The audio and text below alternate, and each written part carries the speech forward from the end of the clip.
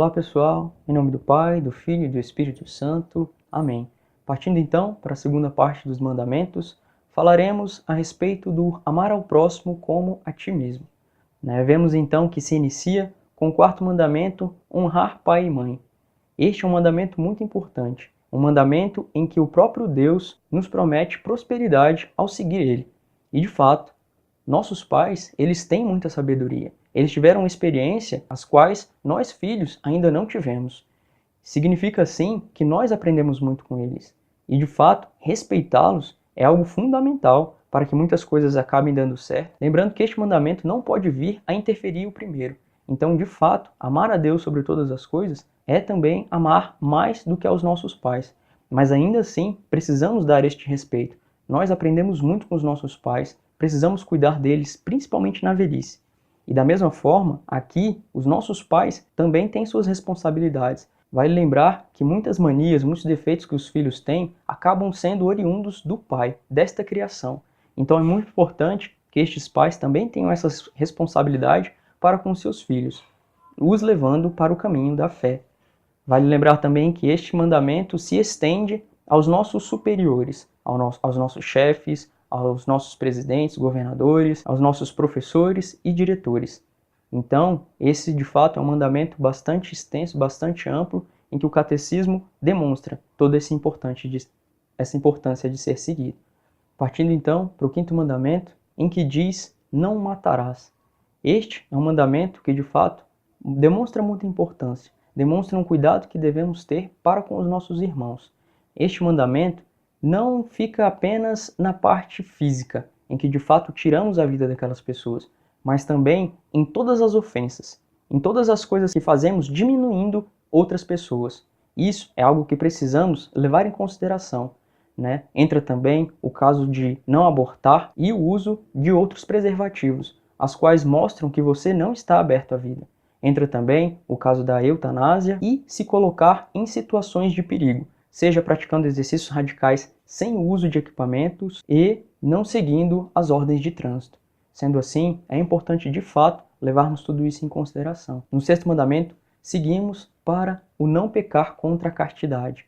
Aqui envolvem também muitas coisas, e talvez seja um mandamento que requer muita atenção de nós cristãos, porque a cada dia isso tem ficado mais difícil. Hoje em dia vemos em outdoors tantas propagandas de forma até bastante erotizada. Vemos isso acontecendo até mesmo nas televisões, nas novelas, em sites pornográficos que ficam cada vez de mais fácil acesso. Sendo assim, é muito importante que a gente aprenda e consiga controlar a nós mesmos.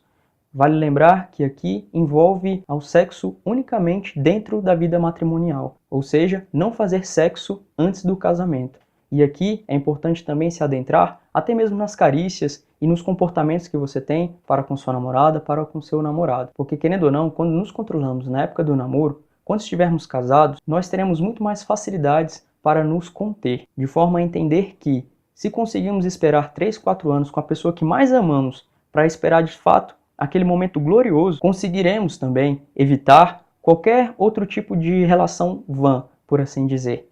Sendo assim, aqui também entra a ideia do adultério, em que as pessoas de fato devem evitar adulterar, porque isso entra como um pecado mortal. E muitas pessoas acabam se divorciando porque nós somos duros de coração e muitas vezes não conseguimos viver com outras pessoas em harmonia. Mas ainda assim, esta pessoa continua casada aos olhos de Deus, porque de fato, o que Deus uniu, o homem não separa. Então isso é algo muito importante de se guardar. E se talvez conhecer uma outra pessoa, viver como irmãos, lembrando que a Eucaristia e amar a Deus sobre todas as coisas é muito mais importante do que simplesmente viver uma vida com uma relação conjugal, uma relação carnal. E muitas pessoas acabam se deixando levar por isso. Mas lembrem-se que esta vida é extremamente passageira e que no céu nos aguarda algo muito maior. Neste mandamento também entra em contexto a masturbação, a quais muitas pessoas procuram neste ato a autossatisfação, e esquecendo que, querendo ou não, é necessário que no ato sexual as pessoas busquem a vida, busquem também o caráter unitivo entre uma pessoa e outra, mas nunca um alto prazer, se esquecendo deste pedido que Deus nos deu de trazer mais filhos à Terra. E é importante também lembrar que devemos ter todo o cuidado até mesmo na vida conjugal, em que marido e mulher não necessariamente estão livres para fazer o que bem entender. Vale lembrar que aqui existe um pouco de respeito, um pouco de dignidade, não envolvendo, talvez, a sodomia, né? Algo que acontece, por exemplo, no ato homossexual, em que as pessoas utilizam de fins que não levam à vida, mas simplesmente há um hedonismo, há um prazer pelo prazer. E por isso, a igreja aqui traz essa ideia. Não a ideia de que o homossexual é uma pessoa errante e que já está condenada ao inferno. Não, mas é que essas relações não contemplam o real amor que a igreja traz. Por isso é importante aqui que as pessoas tenham um pouco dessa distinção. E de fato, seja em qualquer situação que você esteja, continue participando da igreja e estando dentro dela. Partindo então para o 7º mandamento, a gente vê que Deus fala a respeito do não furtar. E é de fato não tirar aquilo que pertence ao outro, e que muitas vezes surge através da inveja, em que queremos aquilo que pertence àquela pessoa, e não mais procurando aquilo conforme o nosso esforço. Isso é algo muito triste, e que provavelmente vem acompanhado de morte ou de sofrimento das famílias, daquelas pessoas que tanto buscaram por aquilo e simplesmente foi subtraído. Mas, lembrando também que precisamos ter esse desapego, em que aquilo já não mais nos pertence, e portanto precisamos estar abertos também. Lembrando que muitos desses assaltos acontecem por falta da nossa caridade, por falta de nós ajudarmos essas pessoas que também tanto precisam. Lembrando também que existem outras pessoas que fazem isso com o mal, que talvez já tenham uma condição de vida muito boa, mas querem ainda mais. Entra também no aspecto da corrupção, em que as pessoas estão fazendo isso de uma forma cada vez mais natural, como um processo histórico ridículo, em que tem manchado a nossa pátria. E da mesma forma que essas pessoas não devem se corromper, nós também não devemos, em corrupções mesmo que ínfimas, mesmo que seja utilizar a impressora de um trabalho, de um órgão público que não seja nosso, e utilizar destes equipamentos, isto é algo que nós podemos evitar.